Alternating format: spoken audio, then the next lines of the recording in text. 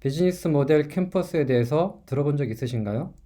이 비즈니스 모델 캠퍼스는 프로젝트를 하거나 또는 사업을 런칭하거나 말 그대로 뭔가 시작을 할 때 내 비즈니스에 대한 전반적인 구성 요소를 정하고 그 요소를 어떻게 잘 해야 효과가 잘 나는지 관련해서 쓰는 툴입니다.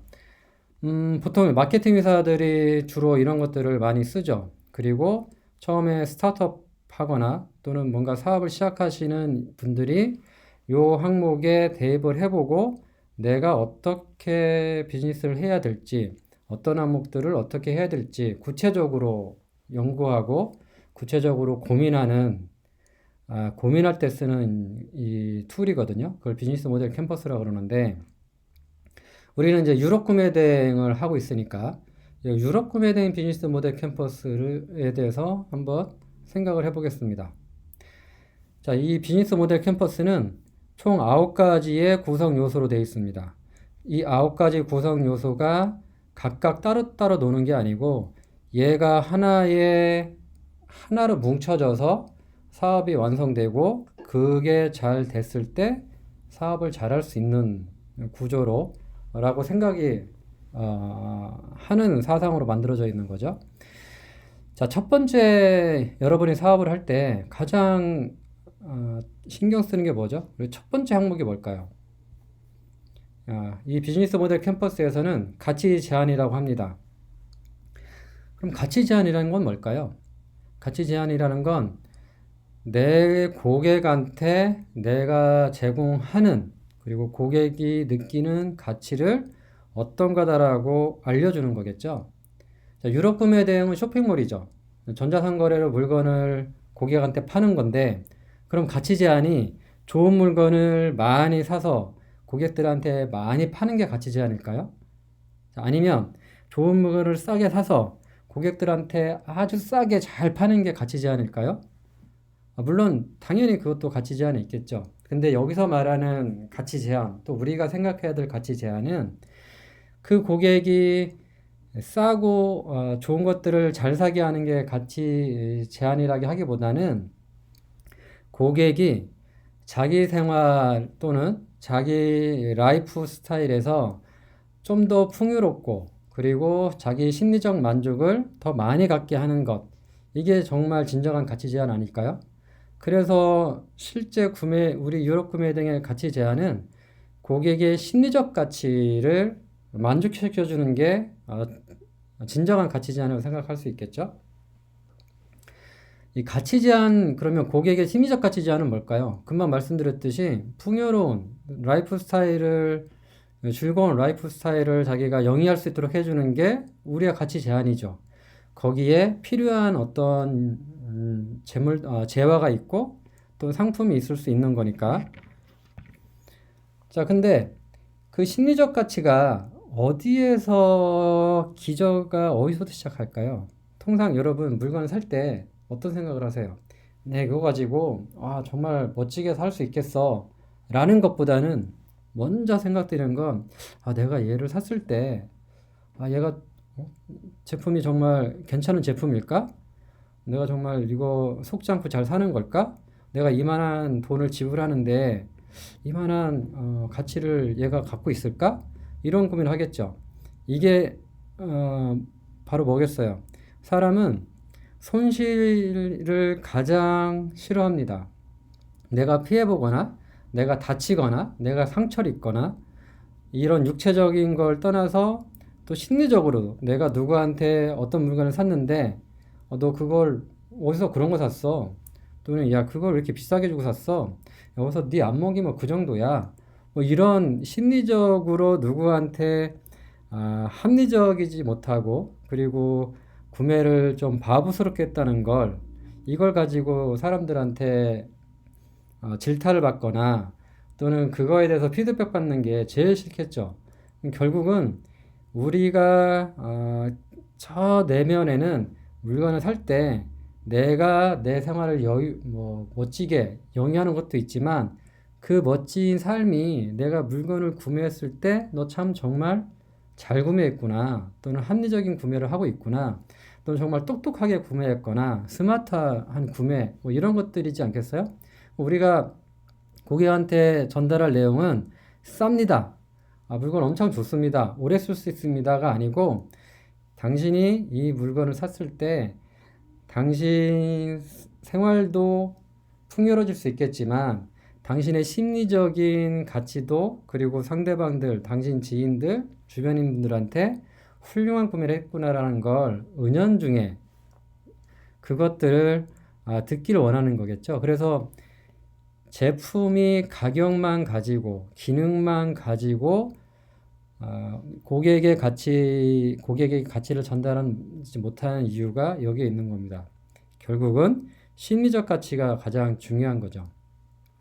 여러분들 우리가 예전에는 물건을 판매할 때 또는 물건을 구매하는 사람들은 합리적인 생각에 이성적인 판단에 의해서 물건을 산다라고 생각을 했지만 심리학자들이 오랜 연구 끝에 발견한 것들은 인간은 이성적인 판단으로 구매하기보다는 그때그때 감성적인 판단에 의해서 구매를 많이 하더라.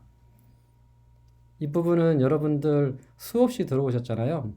그러니까 우리가 유럽 구매 대행 할 때는 물건의 중요성도 중요하지만 구매하는 사람의 심리적 가치가 어떤 것일까 고민하고 그 제품을 소싱하고 그 제품을 포장하고 그 제품들을 고객한테 그런 취지의 컨셉으로 알려주는 게 우리한테는 유리하겠죠. 그게 바로 구매 전환의 핵심적인 활동이 되겠죠. 그래서 여러분 유럽 구매 대행 하면서 좋은 제품을 인기 있는 제품을 싸게 좋게 많이 떼다가 많이 판다. 이거는 기본적인 거고 그 위에 상위의 개념을 여러분이 꼭 염두에 두시고 소싱 및 판매, 마케팅을 하시기 바랍니다.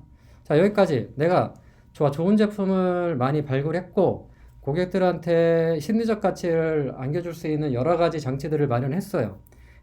고생도 하고 고민도 하고 여러 가지 시간을 투자해서 고객들이 정말 사면서 와, 제품도 훌륭하지만 나한테 엄청나게 내 라이프 스타일도 좋게 하고 이걸 내가 착용하거나 내가 사용하고 있을 때 다른 사람들한테 멋지다라는 얘기도 들을 수 있다고 했을 때 그걸 어떻게 알리죠? 그 알리는 과정이 되게 중요하죠. 그래서 고객과의 접점이 되게 필요한데 고객한테 알리는 과정, 그 과정이 우리가 흔히 말하는 고객과의 관계 형성의 단계라고 합니다. 자, 고객과의 관계 형성이 크게 두 가지 나눌 수 있습니다. 첫 번째는 우리가 쇼핑몰이니까 쇼핑몰을 통해서 고객이 나를 인지할 수 있겠죠. 근데 실은 걔는 고객과의 관계가 아니고 그건 영원한 을이고 그래서 고객과의 관계라는 건 나의 사상, 나의 철학, 그리고 나의 가치, 그리고 소비자가 느낄 가치를 유욕적절하게 알려주는 방법이 필요합니다. 요즘에 예전에는 많이 썼지만 요즘에 좀 등한시되는 게 메일링이죠. 근데 다시 고객들한테 메일링이 약간 부각되고 있습니다. 예전에는 그 옵트인 메일이라 그래서 내가 사이트 회원가입하면 사이트에서 안내하는 공지라든가 홍보 내용들 그리고 이벤트 내용을 받겠다라고 해서 옵트인 메일이라고 해서 메일링의 최고의 높은 수준이 옵트인 메일을 받는 회원들을 많이 받아내는 거라고 그랬거든요. 근데 지금은 그거보단 좀 더 높은 수준에서 고객들한테 주기적으로 정기적으로 특정한 정보들 그리고 고객들이 관심 가질 만한 것들 고객들한테 도움이 될 만한 것들로 뭔가 컨텐츠를 만들어서 정기적으로 보내주는 게 되게 중요한 게 됐고 그래서 메일링에 대한 마케팅 기법이 좀 더 새롭게 부각되고 있습니다. 그리고 메일링도 고객과의 관계를 형성하는데 중요한 아주 괜찮은 방법이다 라는 게 있고요. 자, 여기에 이제 문자나 카톡이나 뭐 이런 것도 있을 수 있죠. 자, 마지막으로 SNS 팔로워가 있습니다. 고객과의 관계 형성이라는 건 우리가 쇼핑몰을 운영하게 되면 판매자, 구매자의 관계만 형성이 되거든요. 이 관계는 결코 오래가지 못하고, 그리고 그 관계가 아무리 좋은 관계라 해도 단 한 번의 실수, 단 한 번의 고객한테 밉보임으로써 관계가 완전히 깨지고 말죠.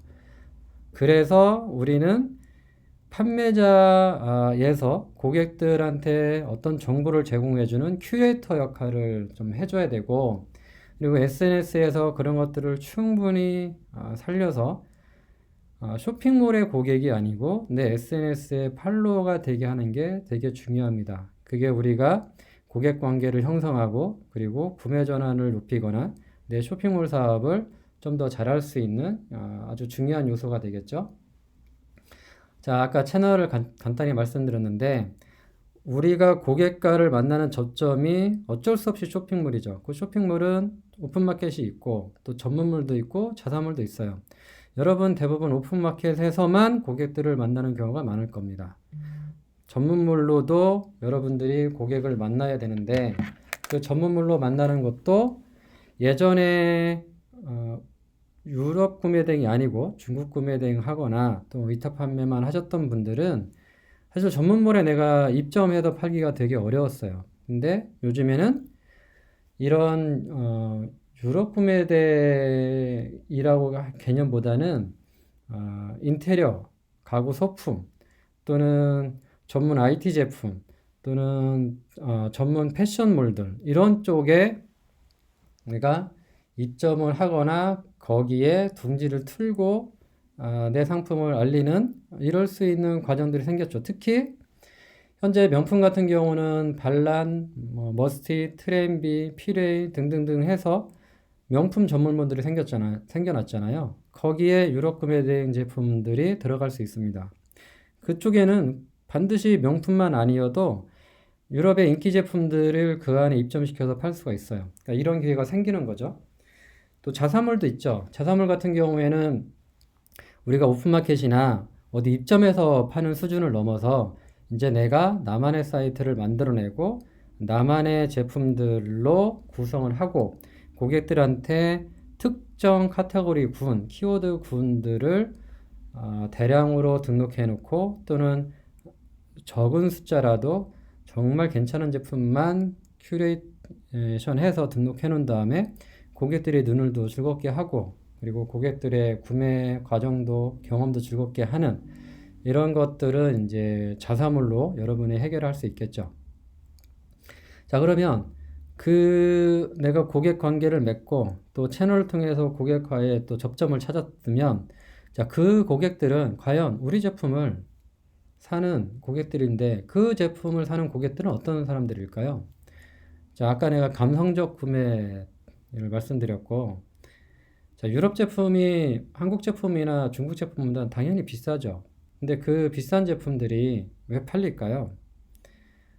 첫 번째 요소는 이미 그 유럽 제품들이 브랜드가 인지도가 높아서 내가 걔를 착용하거나 사용하면 남들한테 괜찮게 보이겠다고 하는 것들이 있고요. 자, 두 번째, 명품은 뭐 반드시 이 안에 포함되겠죠. 그리고 그걸로 인해서 자기 만족도도 높아지는 거죠. 여기에 분명히 우리가 계속 얘기하지만 싸게 잘 샀다라는 개념보다는 결국은 우리의 고객은 내 심리적 만족, 감성적인 만족을 찾는 고객들인 거고 그 사람들은 대부분 사실 합리적인보다는 고가의 제품을 사시는 분들이니까 내 가치를 그만큼 높게 평가하는 분들 그리고 내가 과시하거나 만족도가 그거에 대해서 자기만의 기준이 높은 분들이 이걸 사게 됩니다. 단순하게 비싸고 좋은 제품이니까 사는 게 아니라는 것 그리고 그 타겟층이 연령층도 적은 그러니까 청년층에서 20대에서 60대까지 엄청나게 분포도가 높다는 것, 뭐 특정 그 성별, 특정 지역, 특정 나이대가 사는 게 절대 아니라는 겁니다. 그래서 고객을 우리가 판단할 때는 그렇게 세분화시키는 것도 좋겠지만 이거를 고객들이 사는 심리적인 이유로 고객을 구성을 해놓는 것도 굉장히 중요합니다. 요즘에 스몰 럭셔리족이 되게 유행이죠. 이 코로나 때 이 엄청나게 인간으로서는 처음으로 겪어보는 이거를 경험하면서 그리고 내가 밖으로 못 나가고 안에서만 갇혀 지내면서 그리고 나에 대한 그 보답, 나에 대한 심리적 보상을 하기 위해서 여러 가지 것들이 생겨났는데 그게 이제 스몰 럭셔리족이라고도 하나 생긴 거죠. 명품은 아니어도 약간은 사치로 내 심리적인 갈증 그리고 이 보복 구매 이런 것들을 해소하는 걸로 생긴 게 이 스몰 럭셔리족인데 우리 쪽 유럽 구매 대행을 하면서 아마 이분들한테 가장 적절하게 타겟팅해서 접근하게 되면 효과가 높을 거라고 봅니다. 자, 이렇게 했을 때 이만큼 가지고 이거는 이제 표면 밖에 나타나는 거죠. 이게 이제 아웃사이드라고 하면 자, 인사이드. 그냥 인사이드에서는 어떤 일을 해야 될까요? 자, 여러분이 이런 작업을 하기 위해선 핵심 활동이 필요하겠죠. 뭐 유럽 구매 대행은 뭐니 뭐니 해도 소싱이죠. 좋은 제품을 발굴해야 되는 건데 싸고 좋은 것 그리고 한국에 안 알려졌지만 한국 사람들이 새롭게 그리고 신선한 맛으로 구매할 만한 제품들 그리고 새로운 것들을 뭔가 계속 고객들한테 어필할 만한 새로운 요소들을 찾아내는 거고 걔를 어떤 방식으로 등록할지 그냥 단순하게 그러니까 일반적으로 등록할지 되게 멋지게 포장을 할지 또는 디자인을 수려하게 상세 설명 만들어서 등록할지 이런 것들이 여러분이 해야 될 핵심 활동인 거고요. 그리고 자, 마케팅도 반드시 필요하죠. 제품 등록했고 그걸 많이 등록했다고 해서 알아주는 건 아니니까. 기본적인 마케팅은 컨텐츠부터 시작을 합니다. 그래서 내가 이 좋은 제품을 더 잘 알리고 싶으면 대외적으로 광고나 홍보하기 전에 앞서서 좋은 컨텐츠를 발굴해내고 내가 크리에이터고 전문적으로 컨텐츠를 제작하는 사람이 아니잖아요. 그러니 적절한 수준에서 고객들이 흥미를 가지고 또 신선한 맛을 느끼게 하는 제품을 발굴했으면 그거에 적절하게 컨텐츠를 좀 만들어내야 되는데 먼저 찾아야겠죠. 그 찾는 것들을 여러분이 하셔야 되는데 뭐 찾는 방법도 여러 가지가 있으니까 그건 저희가 교육할 때 구체적으로 알려드리겠습니다. 그리고 주기적으로 배포를 해야 되는 거죠. 우리가 CF 광고를 하잖아요. 유명한 브랜드들이 이미 난 잘 알고 있는데 이 사람들은 왜 CF 광고를 할까요? 인간은 계속 자기 눈앞에 뭔가 보이고 그리고 기억에서 사라지면 영원히 사라지는 거기 때문에 브랜드들은 소비자의 기억에서 사라지지 않기 위해서 계속해서 나의 존재를 그리고 나의 현재의 모습을 고객들한테 알리는 거죠. 그걸 이제 CF를 하는 거고 가장 좋은 게 TV 광고니까 TV 광고를 하는 거겠죠. 여러분들도 CF 광고는 안 하더라도 컨텐츠를 좋은 걸 발굴했고 적절한 수준에서 잘 만들으셨다 하면 주기적으로 배포하는 게 필요합니다. 배포하는 것도 혼자 하는 사람들은 정말 피곤하고 힘들죠. 그런데 그것도 좀 루틴하게 할 수 있는 여러 가지 방법들을 찾아내서 해야 되는 건데 거기서 가장 중요한 건 컨텐츠를 빨리 발굴하고 그걸 빠른 시간 내에 짧은 시간에 만들어서 그리고 짧은 시간에 등록하고 하는 겁니다. 신속성을 필요로 하는데 신속성을 필요하려고 그러면 뭐 여러분이 많이 해봐야겠죠. 그 처음부터 신속하게 잘할 수 있는 사람이 있으면 그 사람은 천재인 거고 천리길도 한 걸음부터라고 이런 것들을 하셔야 되는데 저희가 강의하면서 느끼는 것들은 이 부분을 머릿속에 전혀 생각지 않고 있다. 그리고 마케팅은 남들은 하는데 난 어떻게 하지? 정도만 생각했지. 거기에 어떤 방법을 어떻게 접근하고 그리고 내가 짧은 시간에 좋은 성과를 내기 위해서 어떤 기법들을 활용해야겠다라는 것들을 모르시니까 이런 부분들 저희가 배우러 오시긴 하시지만 그런 부분도 실제 굳이 안 배워도 보통 인스타나 유튜브나 페이스북, 뭐 요즘 페이스북은 잘 안 하지만 블로그를 많이 보시게 되면 그 보는 것만으로도 여러분이 아마 어떤 욕구가 생길 것이고 동기부여도 충분히 될 겁니다. 그걸 참고해 주시고 핵심 자원은 금방도 말씀드렸지만 사실 우리는 이 책상 하나, 노트북 하나, 의자 하나면 모든 게 되죠. 거기에 이제 우리 육체적인 손가락도 필요하겠지만 가장 중요한 건 저는 마인드라고 봅니다.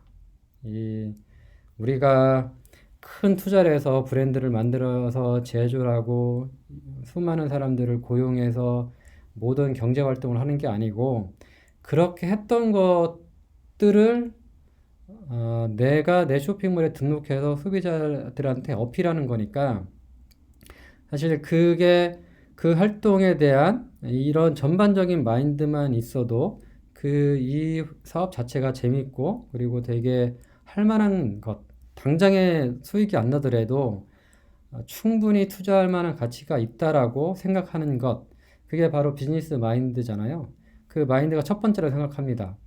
그 마인드를 고치시키기 위해선 상품 정보를 계속해서 보다 보면 정말 여러분이 그 제품을 팔아서 돈을 벌고 싶다는 욕심이 생기는 제품이 생길 거예요. 그리고 그 상품을 보는 눈은 결국은 시장 트렌드를 읽을 줄 알아야 되는데 시장 트렌드 읽는 건 쇼핑몰에서 가격만 비교하고 상대방 경쟁자의 판매하는 기법만 봐선 절대 안 됩니다. 첫 번째 할 일은 전체적인 시장에 돌아가는 거 관련해서 알아야 되는데 가장 좋은 방법 중에 하나는 사실 마케팅 회사들이나 마케팅 회사들의 서비스들 이런 것들을 계속 보고 그들의 서비스 내용이 어떤 건지 그리고 어떤 방식으로 접근하는지 그리고 그들 스스로가 자기가 마케팅을 잘한다는 것들을 과시하기 위해서 여러 가지 사례들을 배포를 하고 있거든요. 그 배포가 여기서 메일링도 하고 있거나 아니면 SNS 통해서 계속 배포를 하게 됩니다. 그런 것들에 집중해서 여러분들이 관심을 가지면 아마 시장 트렌드를 읽는 것도 쉽고 빠르게 읽을 수 있을 겁니다. 내가 여기까지 잘 해놨어요. 근데 나 혼자 사업할 수 없죠. 결국은 핵심 파트너가 필요한데 그 핵심 파트너는 기본적으로는 배송 대행사가 필요하겠죠. 그리고 내가 뭔가 좀 더 좋고 잘 만들고 홍보를 잘할 수 있는 마케팅사가 필요할 것이고 그리고 우리 사업이 프로그램 없이는 안 되는 사업이지 않습니까? 다양한 솔루션들이 있는데 판매 관련 기법들을 제공해주는 그리고 판매의 기본이 되는 어떤 솔루션들이 굉장히 많잖아요. 그 솔루션들이 여러분들의 핵심 파트너겠죠. 좋은 배송 대행사, 좋은 마케팅사, 좋은 판매 솔루션 회사를 찾는 것이 여러분들한테는 굉장히 사업의 성공을 높이는 데 중요한 요소가 되겠죠. 결국은 아웃소싱을 잘해야 되는 거고 나는 핵심 활동은 이걸 하고 그리고 핵심 파트너를 통해서 레버리지를 쌓아야 되는 거죠. 내가 여기까지 하면서 등록도 하고 판매도 한다는 건 사실상 어렵습니다. 판매는 것도 배송도 잘 해야 되는데 결국은 배송 대행사가 좋아야 되는 거고 그리고 프로그램이 좋아야 좀 일이 좀 쉽고 빠르겠죠. 여기에 전자상거래 자체가 특히 사업이라는 것 자체가 아무리 많은 파트너가 있고 아무리 많은 동료가 있더라도 나만의 조력자가 반드시 필요합니다. 여기서 조력자라 함은 파트너나 동료도 있겠지만 실은 내가 뭔가 어려울 때 그거를 도와주고 그리고 마음의 위로도 해주고 그리고 나를 뭔가 쉼터도 제공해주는 이런 조력자가 필요하죠.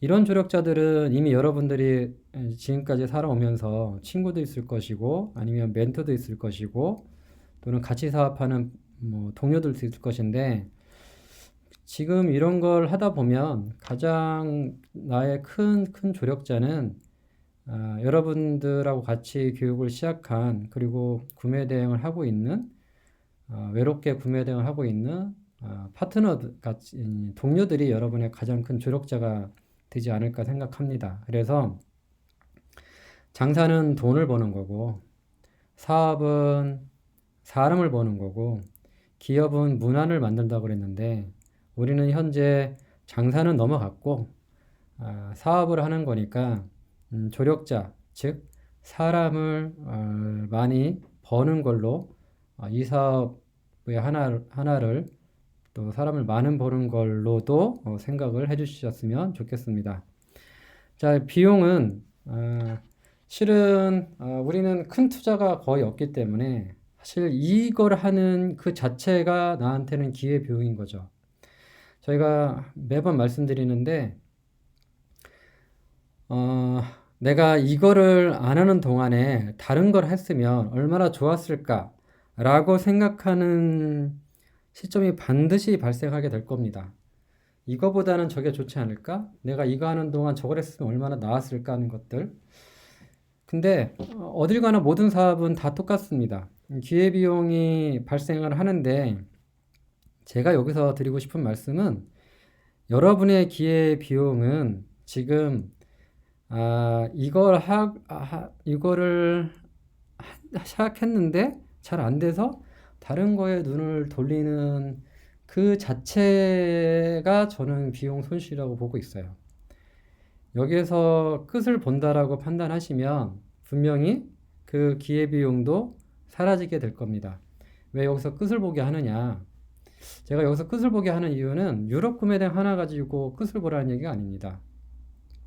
사업이 우리 유럽 구매대행 하나가 상품 소싱, 그리고 마케팅, 그리고 고객, 그리고 채널 이런 모든 것들을 아우르는 작업인데 현재 투자 없이 내가 적은 비용으로 적은 시간 투자해서 성과를 낼 수 있는 거기 때문에 이 부분에 대해서 어느 정도 여러분들이 투자할 만한 가치가 있고 기회 비용에 대해서 생각하지 않아도 된다 라는 말씀을 드리고 싶습니다.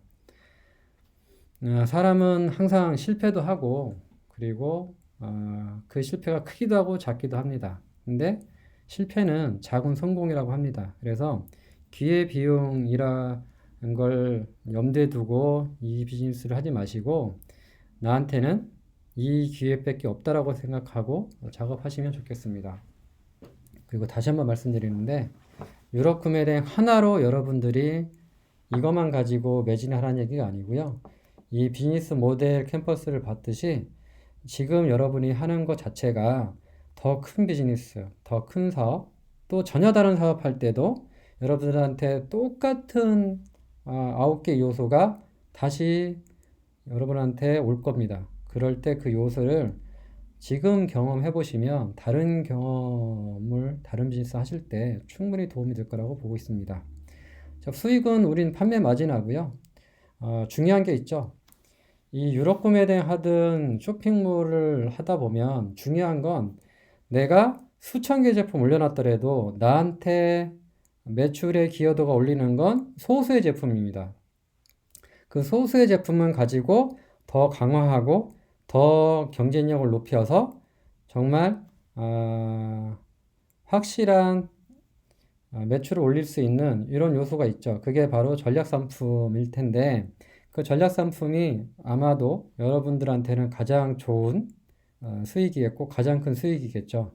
그 전략 상품이 직접 제조할 수 있고 그 제품 가지고 여러분이 B2B 사업도 할 수 있고 또는 한국에서 똑같은 걸 제조해서 역으로 수출할 수도 있고 뭐 이런 것들이 나오겠죠. 그리고 자산가치 향상이라고 저희가 얘기를 하는데 자, 브랜드도 있습니다. 이건 제품의 브랜드도 있고 여러분의 퍼스널 브랜드도 있겠죠. 근데 저는 여기 자사몰을 좀 얘기하고 싶은데 유럽 구매대행을 하시게 되면 가능하면 저희는 자사몰까지도 세팅해서 가라고 합니다. 그리고 쇼핑몰 탭에서 팔리는 비용보다 자사몰 판매가 훨씬 적겠지만 쇼핑몰에서 판매한 고객들, 구매한 고객들을 자사몰로 유인을 시켜서 그분들하고의 새로운 또 새로운 비즈니스 모델 캠퍼스를 기획을 해서 또 다른 사업으로 뻗어 나갈 수 있는 그런 수익이 분명 여기에 있다. 이렇게 생각합니다. 이상으로 유럽 구매에 대한 비즈니스 모델 캠퍼스에 관련해서 설명을 드렸습니다. 이 내용이 어떤 부분은 맞을 수 있고 어떤 부분은 틀릴 수 있습니다. 하지만 여러분들께서 그거 부분에서 유도리를 발휘하셔서 이런 건 이렇고 저런 건 저렇고 그리고 내가 이런 부분에 대해서 좀 더 깊이 고민하는 그런 계기로 이 영상이 여러분들한테 됐으면 하는 바람입니다. 이상입니다.